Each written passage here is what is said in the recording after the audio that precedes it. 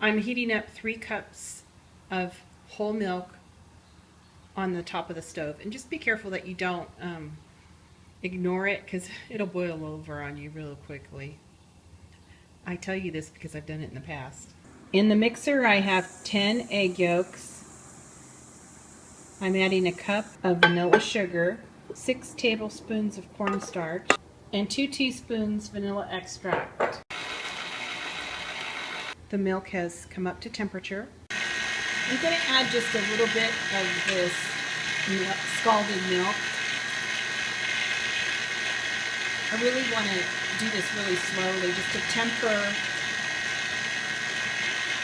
the eggs. I don't want to end up with scrambled eggs.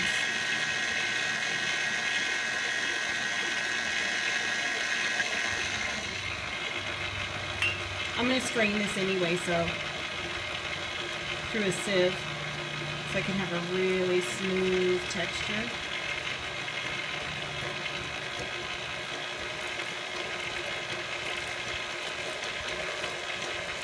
Keep adding the scalded milk.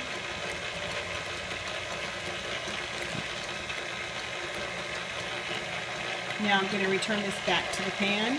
I have this in a saucepan. It's not going to take long for this to thicken up.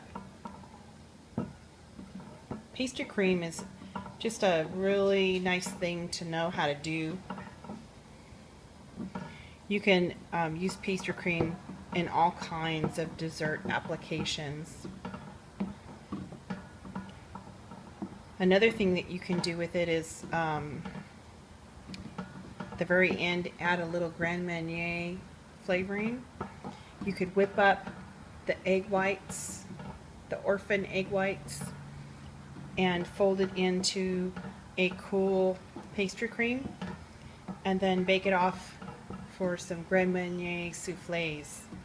That's really good too. You could use it to pipe inside of profiteroles, like the eclairs, and then dip them in chocolate on one side, like a Boston cream pie type of flavor. You can use it just so many ways. So it's a really good recipe to have in your repertoire. It's really starting to get thick. The pastry cream has really gotten thick. I'm going to put it through a sieve. I'm going to work on getting this pushed through the sieve, and you can see what a wonderful texture it's going to be. And this is what it's going to look like. I'm going to put some saran wrap, and I'm going to press it down to cover the top of the pastry cream. This way it won't get a skin on it. You know, you went to all that trouble putting it through a fine sieve. You know, you don't want to get a skin on it. I know someone will probably ask about vanilla sugar. You could use regular sugar in this recipe, but vanilla sugar is really kind of heavenly.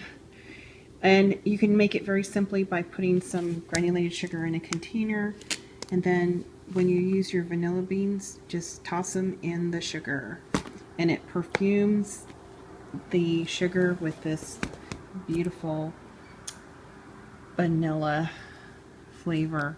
They use it a lot in Europe, and it's expensive too, so make your own. That's what I say. Anyway, vanilla sugar.